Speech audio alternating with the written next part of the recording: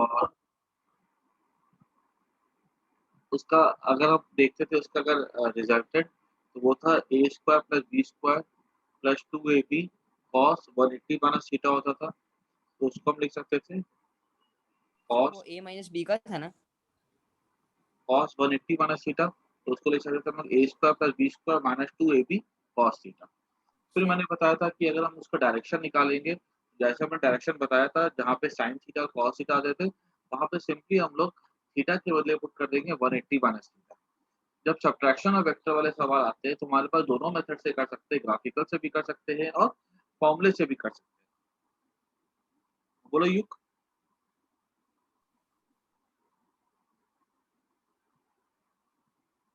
हम लोग ग्राफिकल से भी कर सकते हैं, हम लोग उसको फॉर्मूले से भी कर सकते हैं। अगर एंगल दो वेक्टर के बीच में कभी भी 90 डिग्री आता है या कहीं पर भी अगर 90 डिग्री अगर हो रहा है ना, तो उसको हम लोग ग्राफिकल मेथड प्रेफर करते हैं। हालांकि ऐसा नहीं कि ग्राफिकल हमारा फॉर्मूले से नहीं बन सकता, लेकिन प्रेफर करते हैं हम लोग ग्राफिकल। और फॉर्मूला अगर कभी भी अगर एंगल आता है 30, 60, 90 कुछ भी अगर ऐसा आ जाए फॉर्मूला, तो फिर हम लोग डायरेक्ट फॉर्मूले को यूज करते हैं। फॉर्मूले को यूज करने वाले को हम कहते हैं एनालिटिकल मेथड। इतनी बात मैंने लास्ट क्लास में बताई थी ना। यहाँ तक किसी को कोई डाउट नहीं है वेक्टर्स पर? याद रखना वेक्टर चैप्टर बहुत अच्छे से पढ़ना है, बिकॉज पूरे 11th और 12th के जगह जगह पे काम आता है वेक्टर। आज हम करने जा रहे हैं नया टॉपिक हमारा होगा कंपोनेंट ऑफ वेक्टर।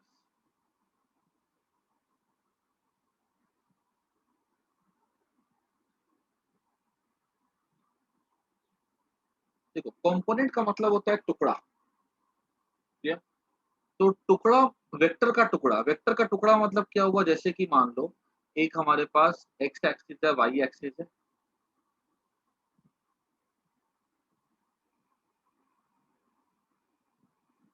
और यहाँ पे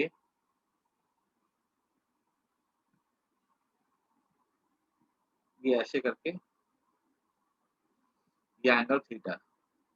ठीक है? ये डिस्प्लेसमेंट हुआ 5 मीटर एट एंगल 37 डिग्री।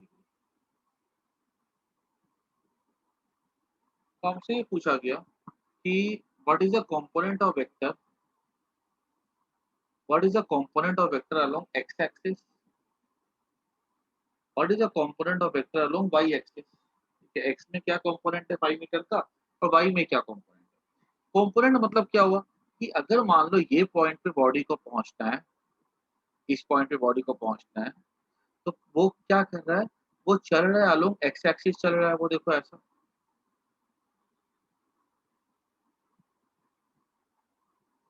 पहले वो एक्स पे इतना चला, ठीक है, फिर वो क्या करता है, फिर वो वाई पे चलता है इतना।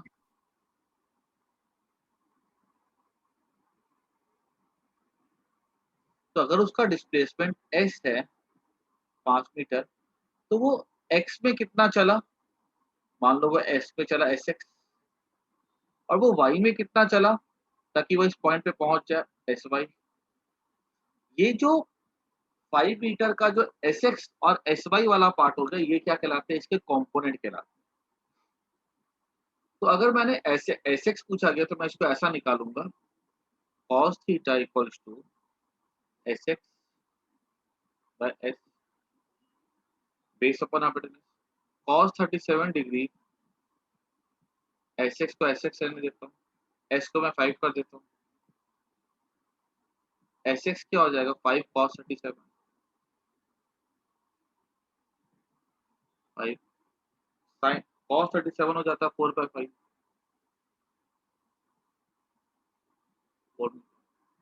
अगर हमको एस वाई निकालना है,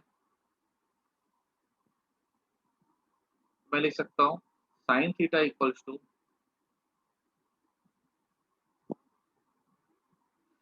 एस वाई अपॉन 5 साइन 37।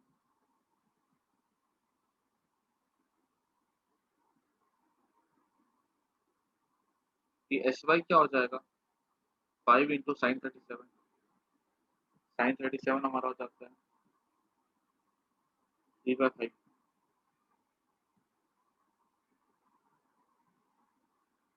ये हो जाएगा 3 मीटर। तो ये जो 3 और 5 है ना, ये क्या बन गया, ये Sx और Sy क्या बन गया, कंपोनेंट ऑफ S हो गया ऐसा। कंपोनेंट मतलब वेक्टर का हिस्सा, वेक्टर का टुकड़ा। और एग्जांपल देता हूँ और समझ में अच्छे से आएगा, पहले इसको नोट कर लो, ठीक है। एक दो एग्जांपल दूंगा, खुद से करने दूंगा तो दिमाग में अच्छे से बैठ जाएगा। इसको नोट कर लो पहले।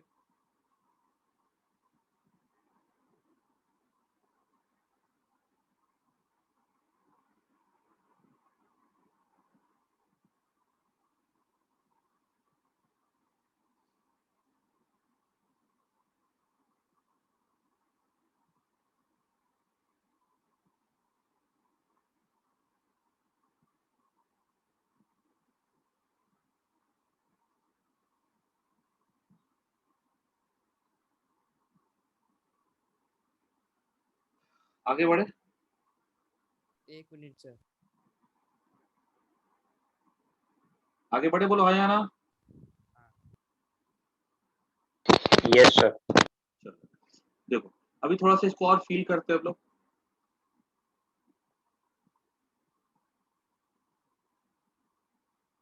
अभी जैसे कि अगर हम बात करें तो देखो, अब ये समझ में आना चाहिए कि कंपोनेंट क्या होता है, ठीक है। मैं एकदम सिंपल भाषा में समझा कंपोनेंट्स को।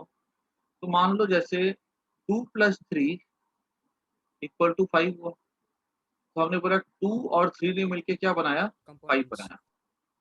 हम ऐसा भी बोल सकते हैं कि जो 5 है वो 2 और 3 से बना हुआ है। 2 और 3 का सम 5 होता है, तो हम बोल सकते हैं 5 जो है 2 और 3 का, और 2 और 3 5 का कंपोनेंट हो गया। 2 और प्लस 2 और 3 का सम क्या होता है, 5, ठीक है। तो 5 का कंपोनेंट क्या हो गया, 2 एंड 3। उल्टा भी बोल सकते हैं ना। अब जैसे मान लो, जैसे हमने पढ़ के रखा हुआ था क्लास, अभी हम लोगों ने पढ़ा था 2 दिन पहले, कि मान लो कोई वेक्टर है, अगर ए वेक्टर और दूसरा वेक्टर है बी वेक्टर। मैंने बोला था कि इसका सम करो। मान लो अगर इसका सम करना है तो आप बोलते थे ये इसका सम हो जाएगा, ये इसका सम हो गया। आर वेक्टर इसका सम हो गया, जहां मैं बोल सकता हूँ r vector equals to a vector plus b vector. तो ए वेक्टर और बी वेक्टर का सम क्या हो गया, आर वेक्टर हो गया। तो हम ऐसा बोल सकते हैं कि ए एंड जो ए एंड बी का सम आर है, हमने सीखा था लास्ट क्लास में। अभी हम क्या सीख रहे हैं, उल्टी बात सीख रहे हैं कि आर का जो कंपोनेंट है वो क्या है, ए और बी। यही कंपोनेंट का मतलब हुआ। कंपोनेंट वर्ड का मतलब क्लियर हुआ कि नहीं हुआ, यस और नो। यस। ठीक है ना। अगर हमने दो चीज को जोड़ा तो हम सम कहते हैं, एक ही चीज को तोड़ेंगे तो उसको कंपोनेंट बोलते हैं। और एग्जांपल देखो, दिमाग में पूरा बैठ जाएगा अभी अच्छे से। मान लो हमें ऐसा बोला गया कि एक बॉडी जिसके ऊपर फोर्स लग रहा है, मान लो 10 न्यूटन, ये एंगल 37 डिग्री है। तो देखो सबको ना ये वैल्यूज तो याद कर जाना अच्छे से। साइन 37 3/5 होता है, और कॉस 37 4/5 होता है। क्योंकि अपने फिजिक्स में बहुत जगह ये 37 वाली वैल्यू पूछी जाती है, क्योंकि इसको क्या निकालना आसान होता है एक्चुअली। और साइन 53 हो जाएगा 4/5, साइन कॉस 53 हो जाएगा 3/5। ये दो वैल्यू सबको याद करना है। मान लो एक बॉडी है, फोर्स लग रहा है 10 न्यूटन। हम जैसे कभी स्टेशन से आते हैं, देखा हम लोग का सूटकेस ऐसा होता है, ऐसे व्हील लगे होते हैं सूटकेस पे, ठीक है, और ये उसका हैंडल होता है। हम उसको ऐसा खसकाते हुए लेकर के आते हैं ना, फोर्स लगा करके ऐसा स्टेशन पे। यस। तो जो फोर्स लग रहा है वो 10 न्यूटन लग रहा है किसी बॉडी के ऊपर। हमसे पूछा गया कि बताओ उसका एक्स कंपोनेंट क्या है, उसका वाई कंपोनेंट क्या है। एक्स कंपोनेंट ये वाला फोर्स हो गया, अलोंग फोर्स का वो हिस्सा जो अलोंग एक्स है, फोर्स का वो हिस्सा जो अलोंग वाई है, ठीक है। तो मैं लिख सकता हूँ cos 37 degree equals to f x base upon hypotenuse. तो एफ एक्स हो जाएगा 10 cos 37, cos 37 हमारा हो जाएगा 3/5, 4/5, ठीक है। 5 टू 10 दैट इज 8 न्यूटन।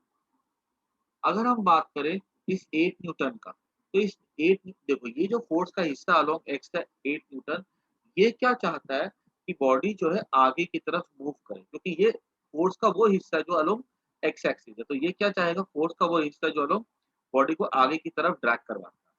जब हम लोग सूटकेस को खींचते हैं, तो सूटकेस को जब हमने ऐसा फोर्स अप्लाई किया, तो जो फोर्स का वो हिस्सा जो सूटकेस को आगे लेकर के जाता है, वो कौन-सा हिस्सा हो जाता है? एक्स वाला हिस्सा, जो कि F cos थीटा। अगर हमने यहाँ पे sin 37 देखा और ये हमारा आता है Fy बाय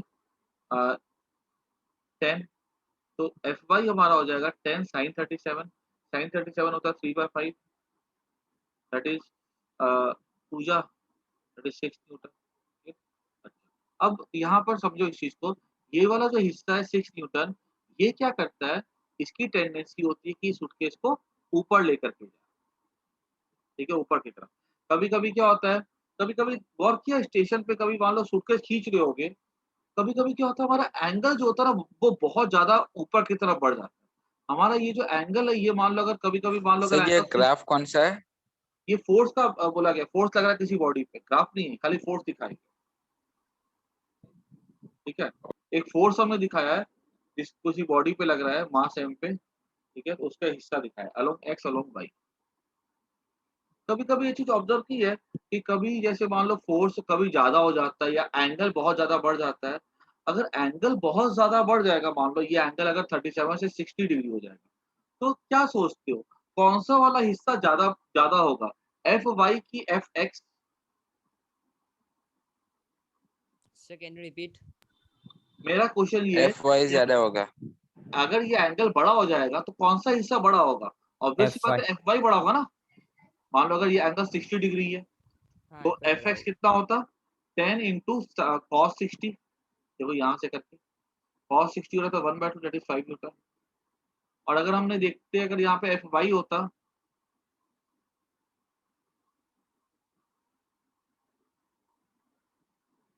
अगर यहाँ पे Fy की बात की जाए तो ये हो जाएगा 10 इंटू साइन 37, यहाँ से एग्जैक्टली करके ये 5√3 आएगा, मतलब 1.7 इंटू 5 दैट इज 8.5 न्यूटन। तो Fy क्या होता है? बढ़ जाएगा ना। Fy Fx से कैसा होगा? ज्यादा होगा ना। यस और नो? Yes. सर इसका कोई एग्जांपल दो ना। मैं एग्जांपल दे रहा हूँ अभी। अभी एक काम करो, खुद से ना एक मान लो तुम्हारे सामने कोई रिमोट पड़ा हुआ है, कुछ भी पड़ा हुआ है, उसको ना अगर तुम खींचोगे ना, अगर कम एंगल रख करके, तो वो बॉडी आगे बढ़ेगा। लेकिन अगर एंगल बढ़ा दोगे तो बॉडी ऊपर उठ जाता है। देखो तो ऊपर उठता है कि नहीं उठता करके एक बार पेंसिल ले लो, पेंसिल को ना लो एंगल पे ऐसे करके खींचो, तो पेंसिल आगे बढ़ेगी। अगर मैंने पेंसिल को हाई एंगल पे खींचा तो पेंसिल ऊपर उठ जाती है। होता कि नहीं होता? देखो तो ऐसा करके एक बार। Yes, sir. Yes sir, होता है। है ना? क्यों ऐसा हो रहा है? क्योंकि जो जब एंगल बढ़ जाता है तो फोर्स का जो हिस्सा अलोंग वाई एक्सिस होता है वो बढ़ जाता है, जिसकी वजह से चीज ऊपर वाला हिस्सा ज्यादा हो गया तो चीजें ऊपर उठने लगती है। नीचे वाला हिस्सा अगर ज्यादा होगा तो चीजें आगे बढ़ेंगी। ऐसा हो। बात क्लियर हुई कि नहीं हुई सबको?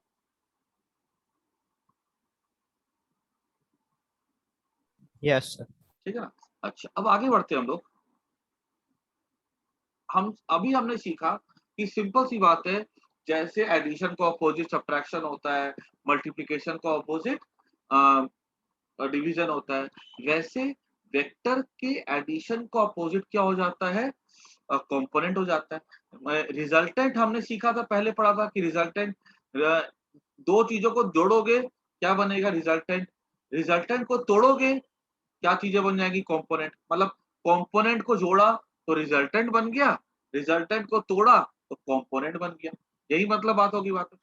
अब अगर मैं थोड़ा सा फील करवाने के लिए बोल रहा हूँ कि अगर मान लो कंपोनेंट को तोड़ा तो हमको यहाँ पे क्या मिल रहा है? देखो तो हमारे पास यहाँ पे आ रहा है ये रिजल्टेंट है। अगर क्या रिजल्टेंट 10 है तो उसके हिस्से क्या हो गए? उसके हिस्से हो गए Fx और Fy हो गया। ये 90 डिग्री है, ये भी 90 डिग्री है। तो ऑब्वियस सी बात है, कॉमन सेंस वाली बात है कि अगर हम लोग Fx और Fy को जोड़ेंगे तो हमको F मिलना चाहिए।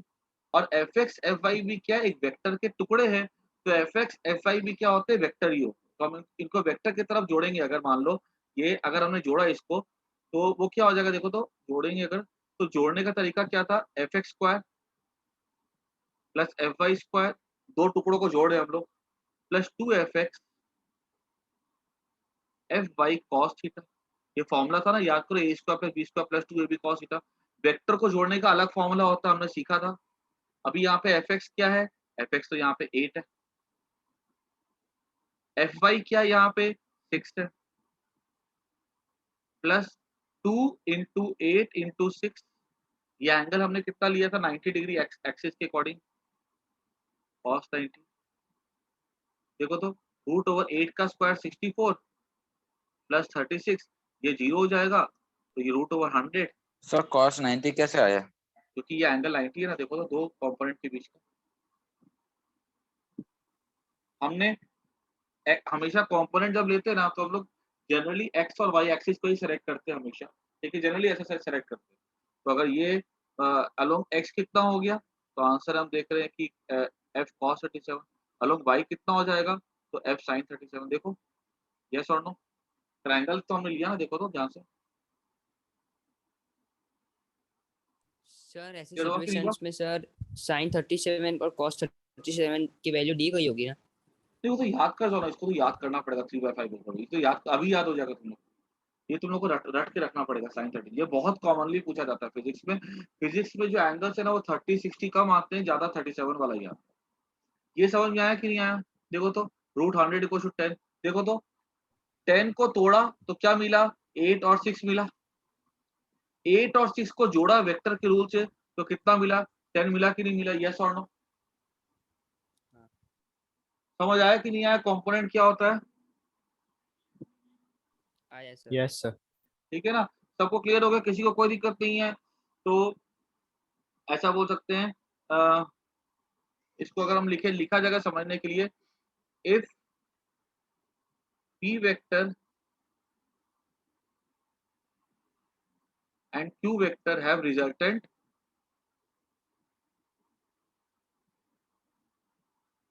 r vector,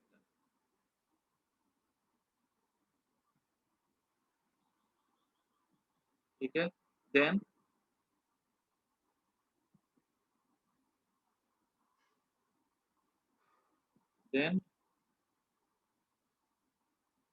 p vector and q vector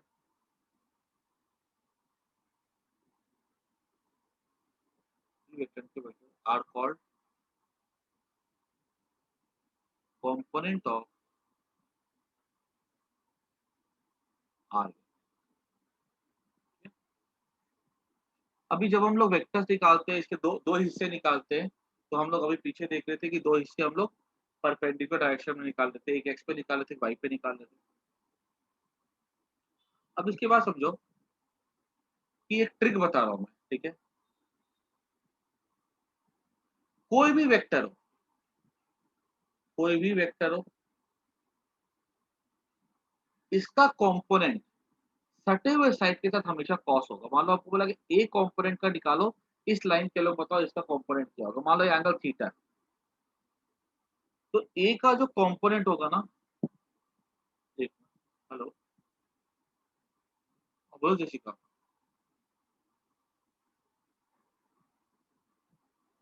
अभी तो मैं क्लास ले रहा हूँ,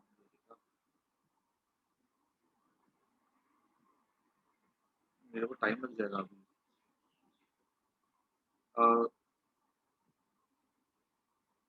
हाँ ठीक है, तो फिर मैं बीच में देखता हूँ कुछ, तो मैं अरेंज कर देता हूँ,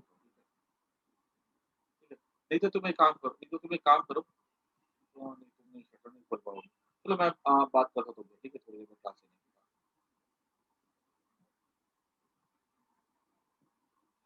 बाद। हाँ, तो मान लो ए वेक्टर है, अगर हमसे पूछा जाएगा कि ये एंगल के साथ कोई साइड सटा हुआ है, ठीक है, तो पूछा गया कि यहाँ पे कंपोनेंट क्या होगा, तो मैं बोलूंगा ए कॉस थीटा। ये देखो, निकालने का तरीका ऐसा है कि इसको परपेंडिकुलर ड्रॉ कर दो, ठीक है, फिर cos theta equal to base upon hypotenuse, उससे यही आएगा। तो लेकिन क्या, अगर ट्रिक याद रह जाएगा तो हमको बार बार के वो लिखना नहीं पड़ेगा। जैसे यहाँ पर मैंने क्या समझाना समझाना था मेरे को, तो मैंने एक एक स्टेप करके लिखा यहाँ पे, देखो एफ एक्स ये सब है।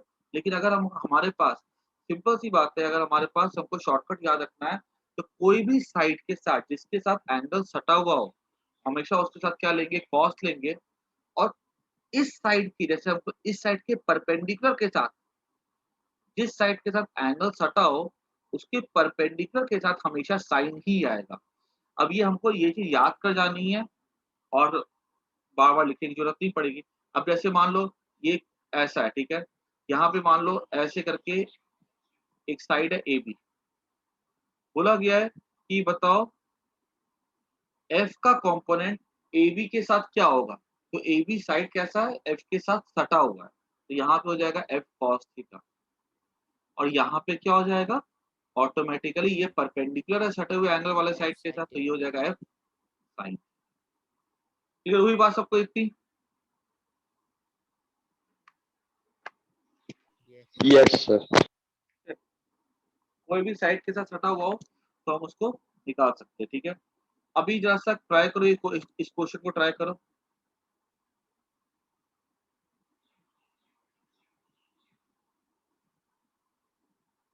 ये फोर्स है 10 न्यूटन, ठीक है, और हमें हमारे पास ना एक ऐसे करके एक लाइन ड्रॉ कर दी गई है। ये एक्स एक्सिस है, ये वाई एक्सिस है, ये एक्स एक्सिस है।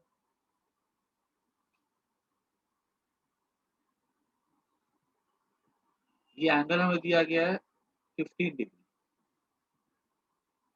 ये एंगल हमें दिया गया है 30 डिग्री। तो बोला गया है फाइंड, देखो जनरली हम लोग कंपोनेंट निकालते हैं एक्स एक्सिस और वाई एक्सिस के साथ, लेकिन हमारे एग्जाम में क्वेश्चन में ऐसा भी आ सकता है यहाँ पे कोई दूसरे साइड के साथ बोल दे कंपोनेंट निकालने के लिए। तो find component of f vector along a b. तो पहले निकालो था एफ वेक्टर और ए बी के बीच पे कितना एंगल है, एफ वेक्टर और ए बी के बीच पे कितना एंगल है, तो उसको निकालो। एक काम करो, ये एंगल को ले लो 75 डिग्री, ये एंगल 75 डिग्री।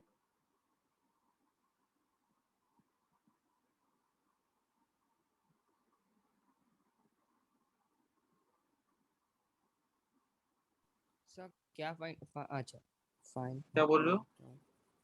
सर वो लिखा क्या है, वो component of f vector, f f हाँ, okay. Along a b, f का और ए बी के बीच का एंगल निकालो तो क्या आएगा, छोटा एंगल क्या आएगा।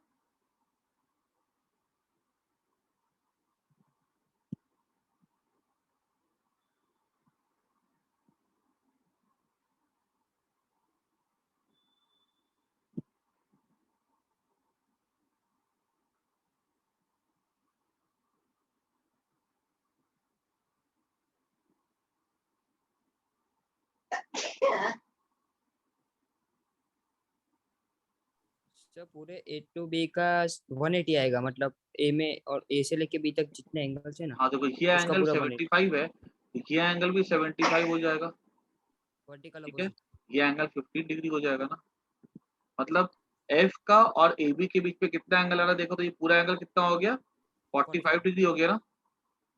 यस और नो? और ज्योमेट्री यूज करो, एफ का और ए बी के बीच का कितना एंगल हो गया, 45 डिग्री एंगल हो गया ना। तो component of f along a क्या हो जाएगा,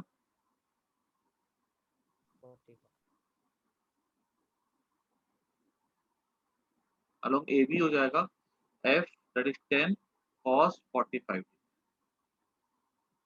that is cos 45 1 by root हो जाता है, ठीक है। तो ये चीज हमेशा याद रखना, कोई भी साइड हो, ठीक है, उसके अगर आप कोई वेक्टर का कंपोनेंट निकालना हो अलोंग एनी गिवन साइड, तो वो हमेशा क्या होता है, वह एफ cos थीटा हो जाता है, ठीक है। सटे हुए साइड के साथ अगर एंगल देख रहे हैं तो उसके अलोंग कंपोनेंट क्या होता है, cos कंपोनेंट। इतनी बात सबको समझ में आ गई, आगे बढ़े हम लोग। Yes, cos sir. इसलिए लिया ना क्योंकि कॉस पॉजिटिव होते हैं वहाँ पे। क्या बोले? सर इसमें 10 कहाँ से है वो समझ नहीं है। अच्छा 10 न्यूटन, आगे सर, आगे आगे। अब बात करते हैं हम लोग आगे, नया टॉपिक है अब हमारा, टॉपिक है ऑर्थोगोनल यूनिट वेक्टर्स। काफी इंपॉर्टेंट टॉपिक है ये, नाम में देखो, मैंने पहले बताया था कि यूनिट वेक्टर जो होते हैं, उनका मैग्नीट्यूड हमेशा 1 होता है और उनका इकलौता काम होता है कि वो डायरेक्शन दिखाते हैं। ठीक है?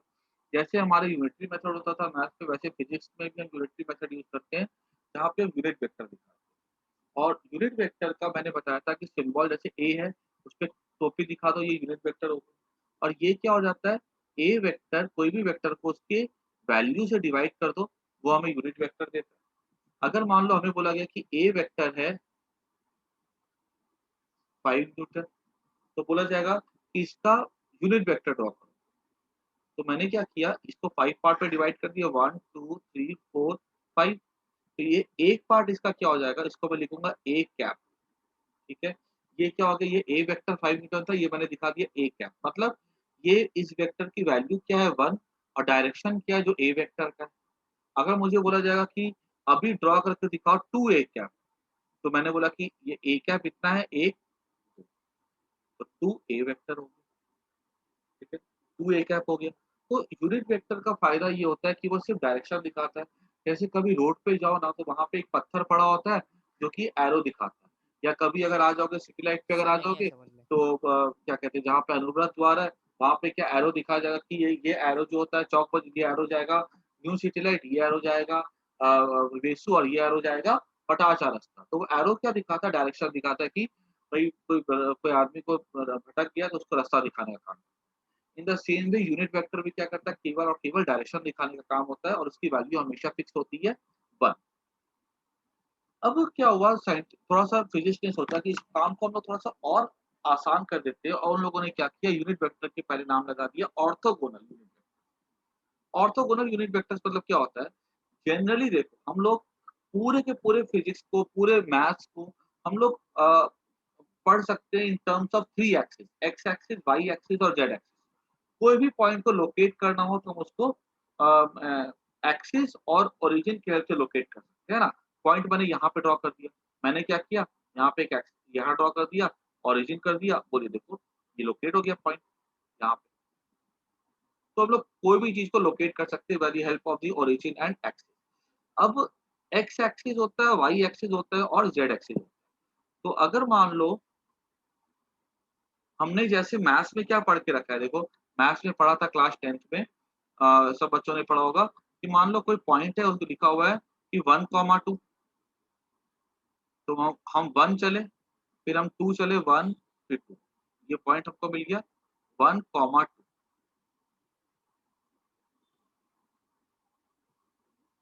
सर नहीं आया समझ में। है ना, ये तो पढ़ के रखा, सबने सबने पढ़ के रखा बचपन में। ठीक है, ये कोऑर्डिनेट ऐसे दिखाते हैं हम लोग।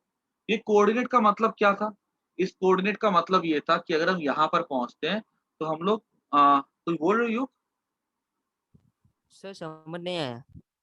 ये चीज ये पढ़ा था ना, coordinate axis, x axis y axis.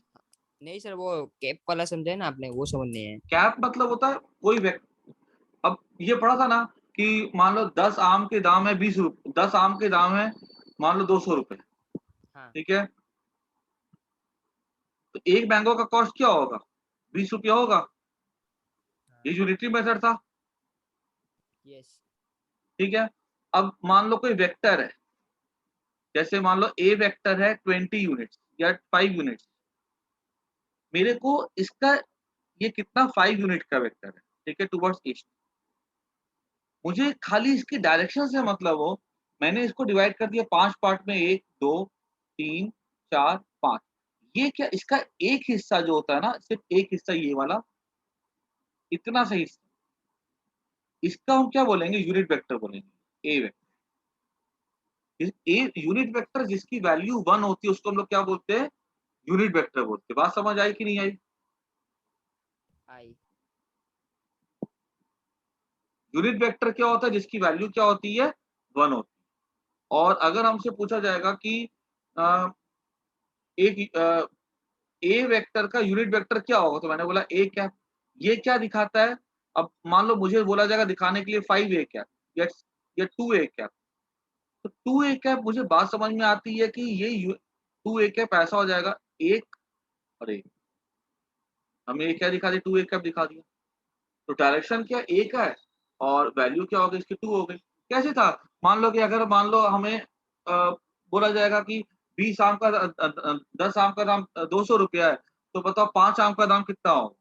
तो हम क्या करते थे, 1 आम का दाम निकालते थे, फिर 5 से मल्टीप्लाई करते थे। यहाँ भी सेम चीज़ है। पहले हम लोग क्या करते हैं, ए वेक्टर से यूनिट वेक्टर निकालते हैं और फिर जो भी वेक्टर हमको दिखाना है एक ही डायरेक्शन में उससे मल्टीप्लाई करके यूनिट वेक्टर को दिखा देते हैं। बिल्कुल यूनिटरी मेथड है, देखो क्लास 6-7 वाला। यस और नो? यस। क्लियर हुआ कि नहीं हुआ? हुआ आवाज़ कम आ रही है। सर, हुआ। चलो देखो, अब तो एक चीज बस, अगर किसी को नोटबुक में नोट करना है ना, तो ये नोट कर जाना यूनिट वेक्टर के बारे में थोड़ा सा, कुछ इंपॉर्टेंट चीजें हैं, ठीक है? तो क्या कभी दिक्कत नहीं होगी, पहले इसको नोट कर जाओ, ठीक है? उसके बाद इस पे हम लोग आते हैं। यूनिट वेक्टर टॉपिक लिख लेना, इसके बारे में सारी इंफॉर्मेशन मैं लिखवा देता हूँ। पहला, its magnitude is 1।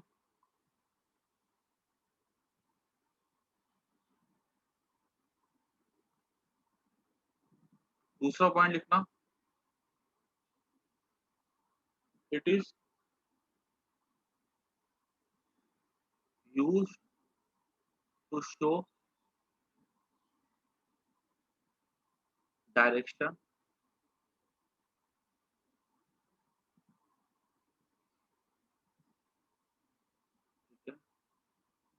Full stop. Third point लिखो, फॉर कोई भी वेक्टर हो, जैसे मान लो ए वेक्टर है, यूनिट वेक्टर इज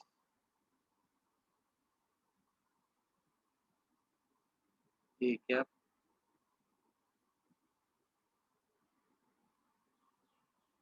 ठीक है? यहाँ पे पता है ये यूनिट वेक्टर है, ये वेक्टर हो गया ओरिजिनली, ये उसका ए वेक्टर का मैग्नीट्यूड होगा। ये तीनों पॉइंट लिख लो यूनिट वेक्टर।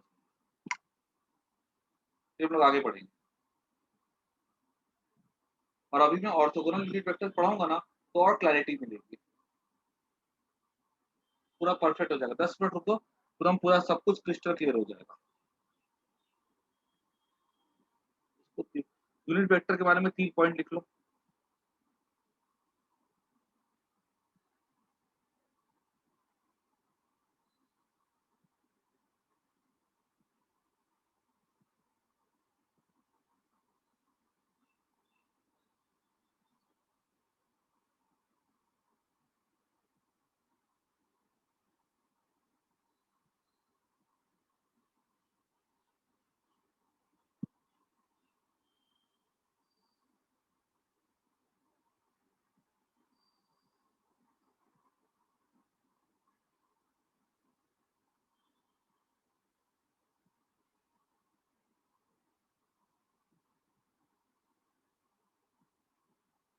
क्लियर हो गया? अच्छा, आगे बढ़े हम लोग।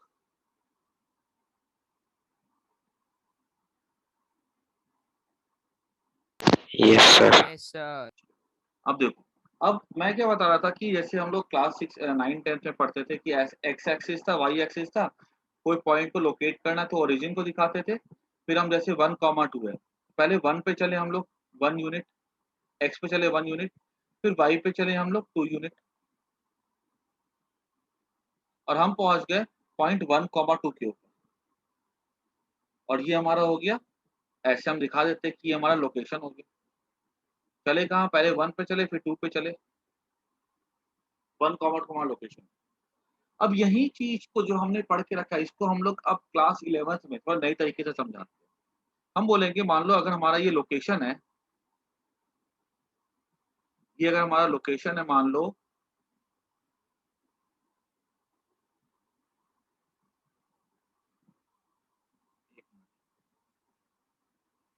ये अगर हमारा लोकेशन है आर वेक्टर, तो आर वेक्टर तो मैं ऐसे लिखता था पॉइंट को, इस पी को ऐसा लिखता था 1,2। अभी हम लोग क्लास 11th में इसको ऐसा लिखेंगे, आर वेक्टर इक्वल्स टू, हम कहाँ पे चले, अलोंग एक्स चले, तो इसको मैं लिखूंगा आई कैप प्लस वाई पे चले कितना हम लोग 2 यूनिट्स, तो लिखे 2 जे कैप। यहाँ पे आई कैप और जे कैप का मतलब क्या होता है समझना इसी। आई कैप हो गया unit vector along x direction, j cap क्या हो गया unit vector along y direction,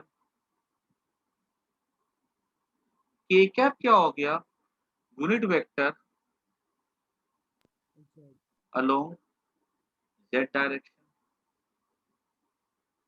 अगर मैं ये ऐसा लिखता हूं कि कोई बॉडी अलोंग एक्स एक्सिस चला है 2 यूनिट या 1 यूनिट, अलोंग एक्स एक्सिस कितना चला है 1 यूनिट, मैं लिखूंगा आई कैप। अगर कोई आदमी है जो अलोंग एक्स एक्सिस चलता है 2 यूनिट्स, तो मैं लिखूंगा 2 आई कैप।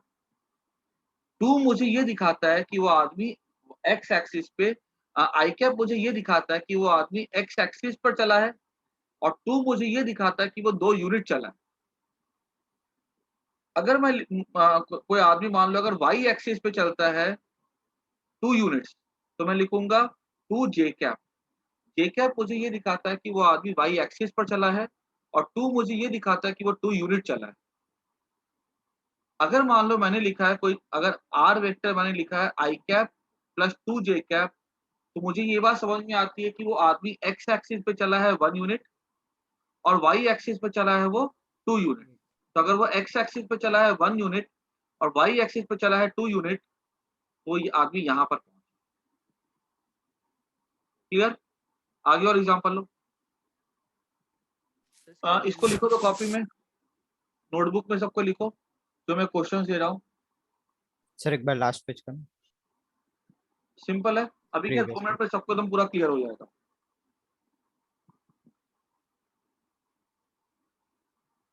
आई cap j cap k cap का मतलब लिख लो unit vector along x, unit vector along y, unit vector along Z.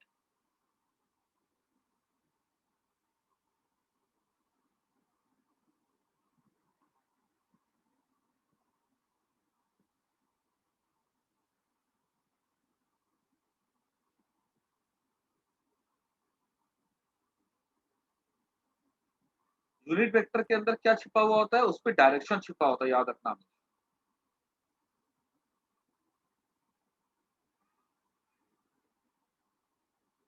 ठीक है, आगे बढ़े। Yes sir. अच्छा, फिर से देखो, अगर मान लो मेरे को बोला गया है कि कोई पार्टिकल है जिसका डिस्प्लेसमेंट है r vector equals to 3 i cap plus 4 j cap, मतलब अंडरस्टूड है कि पहले वो आदमी अलोंग एक्स कितना चला बताओ, वो 3। एक्स पे कितना चला है 3 यूनिट्स, 1 2 3, ठीक है। और फिर वो वाई पे कितना चला है 4 यूनिट, 4 यूनिट। 1 2 3 4, ठीक है। और ये हो गया उसका, ये डिस्प्लेसमेंट क्या हो गया अलोंग एक्स 3 आई कैप, और ये वाला डिस्प्लेसमेंट क्या हो गया उसका 4 जे कैप। मुझसे पूछा गया कि बताओ उसका रिजल्टेंट डिस्प्लेसमेंट क्या हो रहा है, तो उसका रिजल्टेंट डिस्प्लेसमेंट क्या हो गया 3 आई कैप प्लस 4। इसका मतलब ये सबको समझ में आया कि नहीं आया, बोलो हाँ या ना। Yes, sir. सबको क्लियर है? बाकी लोग भी बोलो सबको समझ में आ रहा है, यस और नो। सर वापस समझाओ ना एक बार। देखो, आई कैप मतलब क्या होता है unit vector along x axis, ठीक है। मुझे बताओ हाँ, कि अगर मान लो कोई, अगर कहीं पे लिखा हुआ है 3 आई कैप, क्या लिखा हुआ है 3 i cap, 3 units on x axis. मतलब वो आदमी किधर जा रहा है, एक्स में जा रहा है, वाई में जा रहा है कि जेड में जा रहा है।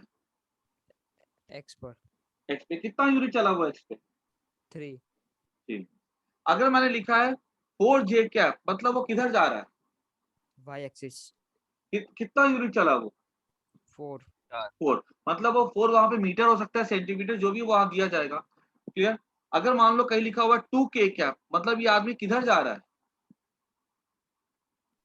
Z axis Z Z. कितना यूनिट चला हुआ जेड पे 2। 2 यूनिट। अगर मान लो कहीं मैंने लिखा अगर 2 आई कैप प्लस 3 जे कैप, मतलब वो आदमी किधर चला है एक्स और वाई दोनों पे। अच्छा, पहले पहले वो एक्स पे चला 2 यूनिट्स और फिर कहाँ पे हाँ, चला वो वाई पर वाई चला पे कितना 3 यूनिट, यूनिट्स। 3 यूनिट। तो इसको कॉम ये मोशन दिखा रहा है ये। आई कि नहीं बात समझ में? और ये आई आई कैप सर, और जे कैप कौन से वेक्टर्स हो गए ये? इन वेक्टर को क्या नाम दिया गया है? Unit vector. इसमें क्या छिपा हुआ है? डायरेक्शन। एक्स एक्स, हाँ डायरेक्शन। और ये क्या दिखाता है कि कितना वैल्यू चल रहा है वो?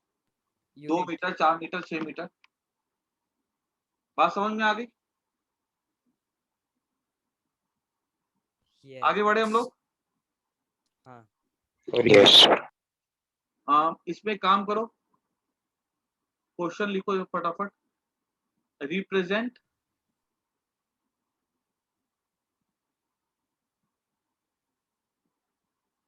The vectors in in terms of represent the terms of unit vector। ठीक है, सिंपल सा क्वेश्चन है। Person walks 2 meter in x direction and then 3 meter in y direction। इसको रिप्रेजेंट करो in terms of unit vector. सबको notebook पे लिखो अपने।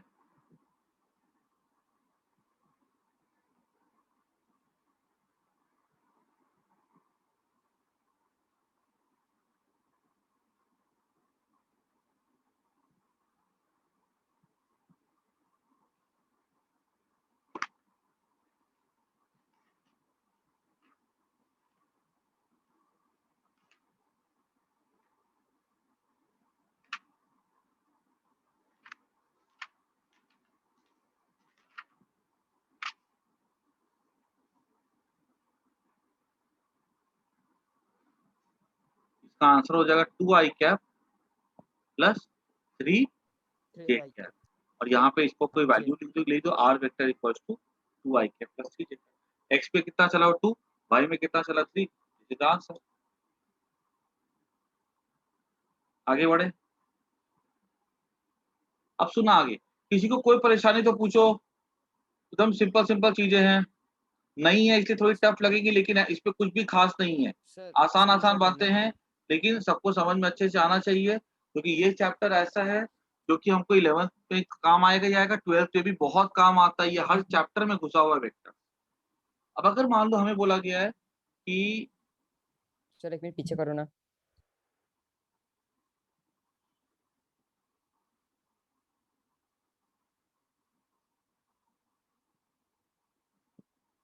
Done sir. अगर मान लो एक्स एक्सिस है, ये वाई एक्सिस है, क्लियर। अभी कंपोनेंट और यूनिट वेक्टर साथ में देखते हैं हम लोग थोड़ा सा। मान लो ऐसा बोला गया एक वेक्टर है ए वेक्टर, ये एंगल थीटा है। मुझे बोला गया कि एक्सप्रेस इन क्या कहते हैं in terms of unit vector. इसको एक्सप्रेस करो in terms of unit vector. तो कर सकते हो, जरा बताओ तो कैसे करके क्या होगा।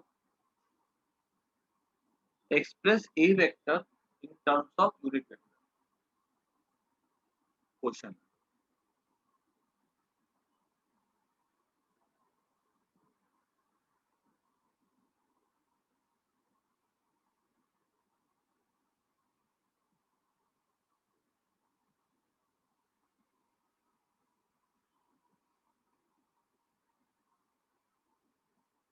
इसको ऐसा ड्रॉ कर दो, ठीक है, परपेंडिकुलर। इसका ए वेक्टर है, तो इसका ये वाला हिस्सा क्या हो जाएगा, अलोंग एक्स ए कॉस थीटा। और ये वाला हिस्सा क्या हो जाएगा इसका, ए साइन थीटा। ए साइन थीटा।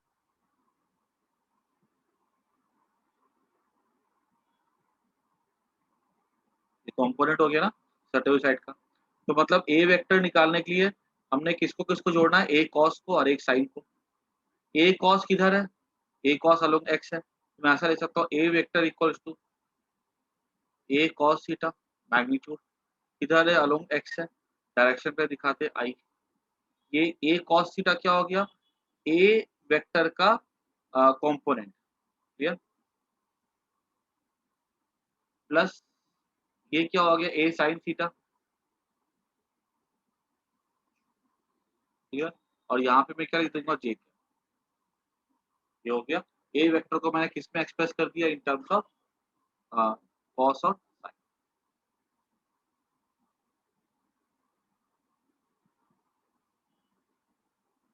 एक काम करो, ये वाले सम को देख देख करके ना इसको जरा से एक्सप्रेस करो, तो इन terms of unit vector, force है 10 न्यूटन, एंगल है 37 डिग्री,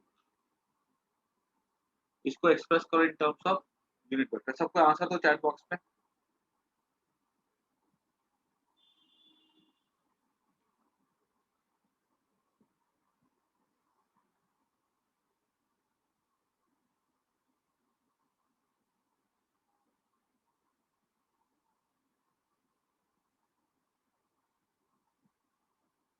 सबको दो आंसर चैट बॉक्स में, सिंपल सा सवाल है।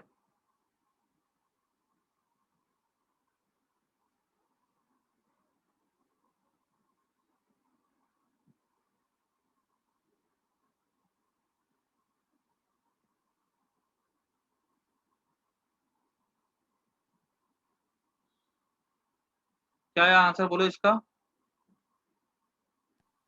सर सबको दो answer. 10 10 okay, k cap equals to सही है, a सही है, very cos very good, th- ठीक है वेरी ठीक।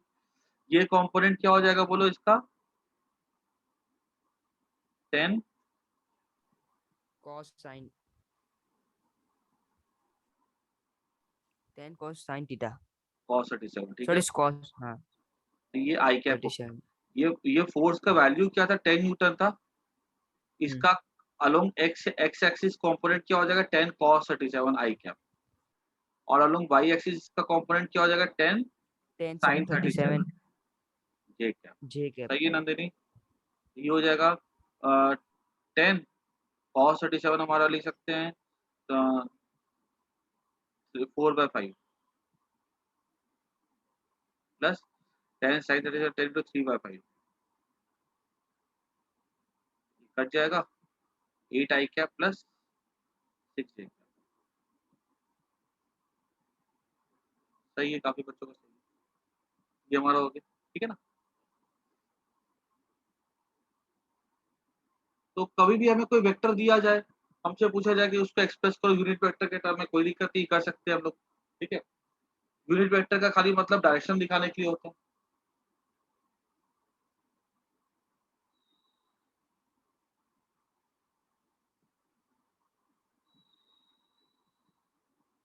उसके बाद देखो आगे,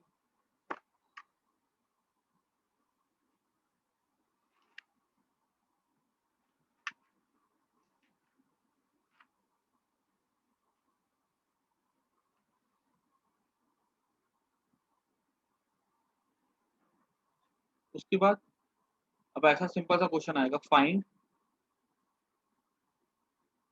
पहला the magnitude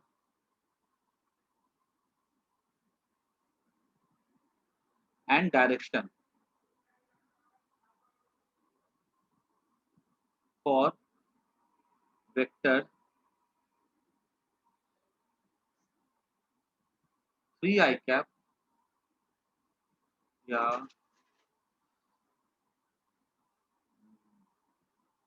vector √3 i cap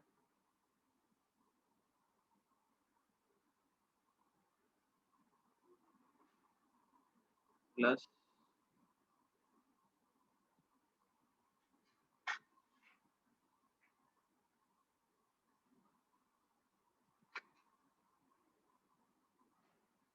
√3/2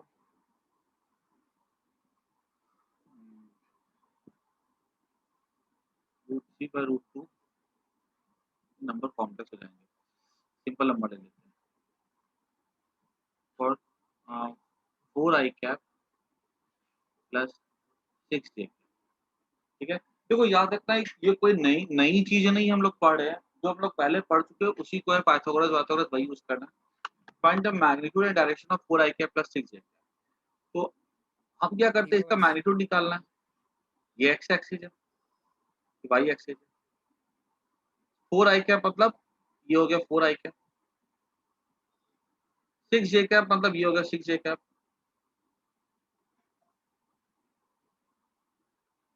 हमसे पूछा गया कि बताओ इसका मैग्नीट्यूड क्या होगा और डायरेक्शन क्या होगा।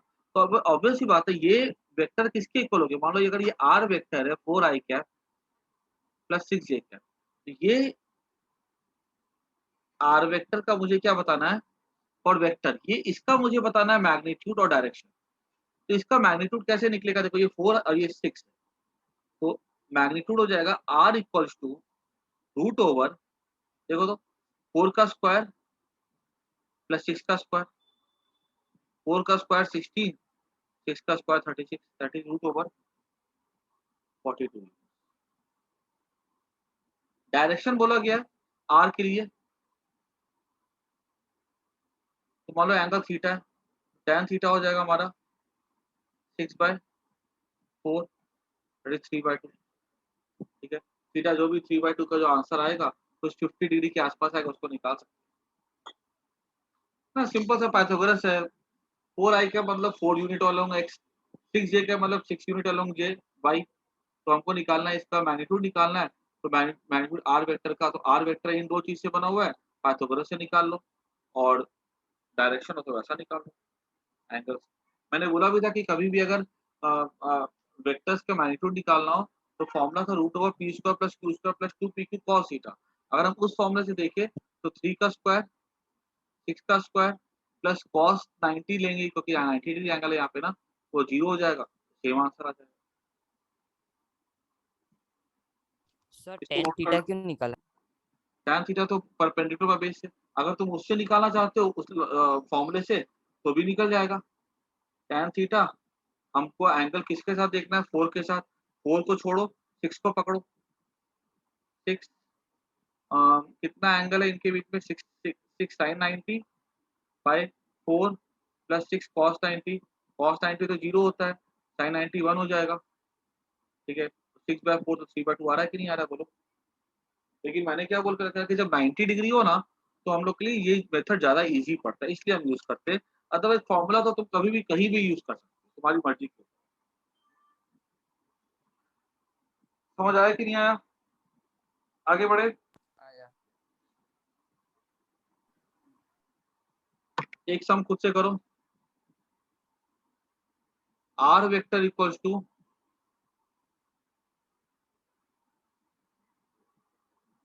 6 i cap plus 8 j cap. तो फाइंड पहला मैग्नीट्यूड ऑफ आर,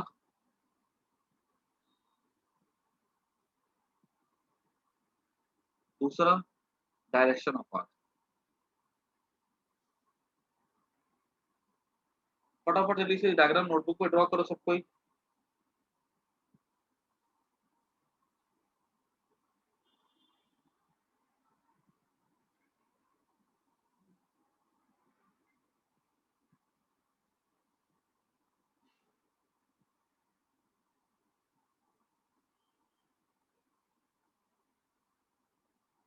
बोलो क्या होगा आंसर। सर एक मिनट।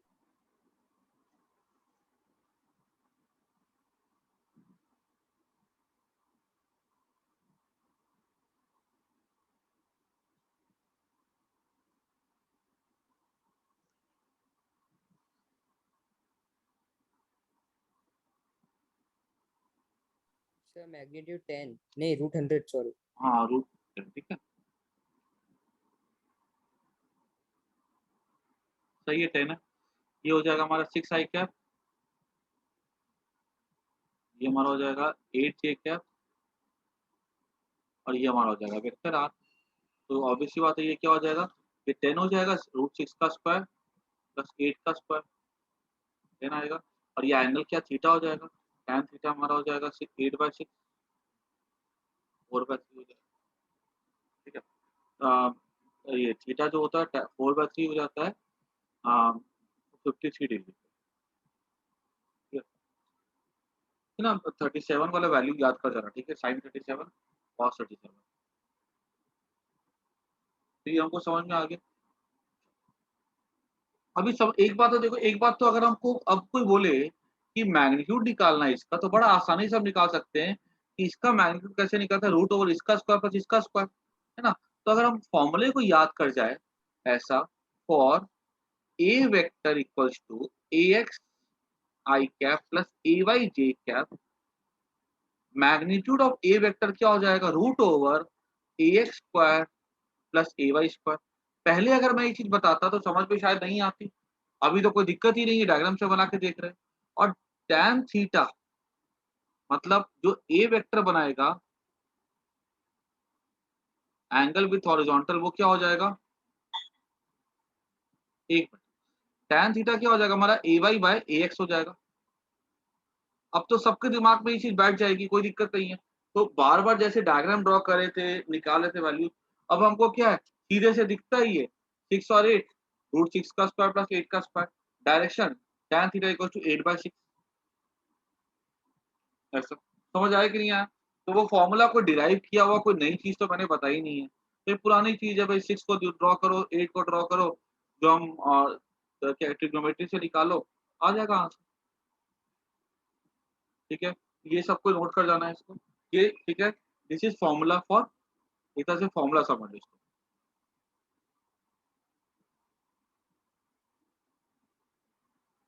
आज ना मैंने सिर्फ डिस्कशन में मैंने आई और जे की बात की है, मैंने के की बात नहीं की आज, ठीक है? तो नेक्स्ट क्लास में ना, अगर हमारा जब फिगर हमारा 3D हो जाता है, जैसे मॉस्किटो उड़ता है, तो उसका क्या एक्स पे भी मूव करेगा, वाई पे भी मूव करेगा, जेड पे भी मूव करेगा, तो जेड वाली बात तो मैं नेक्स्ट क्लास में करूंगा।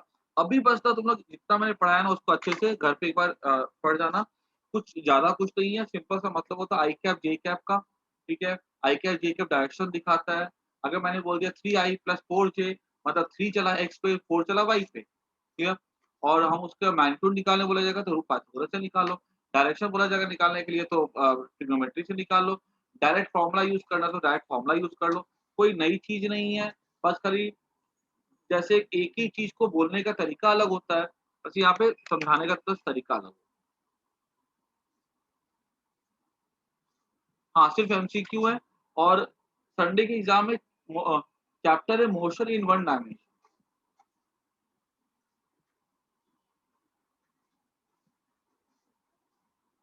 ठीक है? और मैं क्या सोच रहा हूँ कि आज हो गया थर्सडे, मैं एक ना क्या कहते हैं, एक डेमो टेस्ट टाइप का रख दूंगा, वो टेस्ट ऑफलाइन होगी, मैं एक टेस्ट ना ऑनलाइन भी रख दूंगा, ठीक है? ताकि तुम लोग की क्या एक प्रैक्टिस हो जाए पहले। तो क्या कहते हैं, मैं देखता हूँ सैटरडे को 1 घंटे की टेस्ट रख दूंगा, ताकि एक बार क्या है, प्रैक्टिस हो जाएगी ना पहले, तो फिर एग्जाम देने में इजी रहेगा वहाँ, ठीक है ना? Yes, sir. Bye, take care.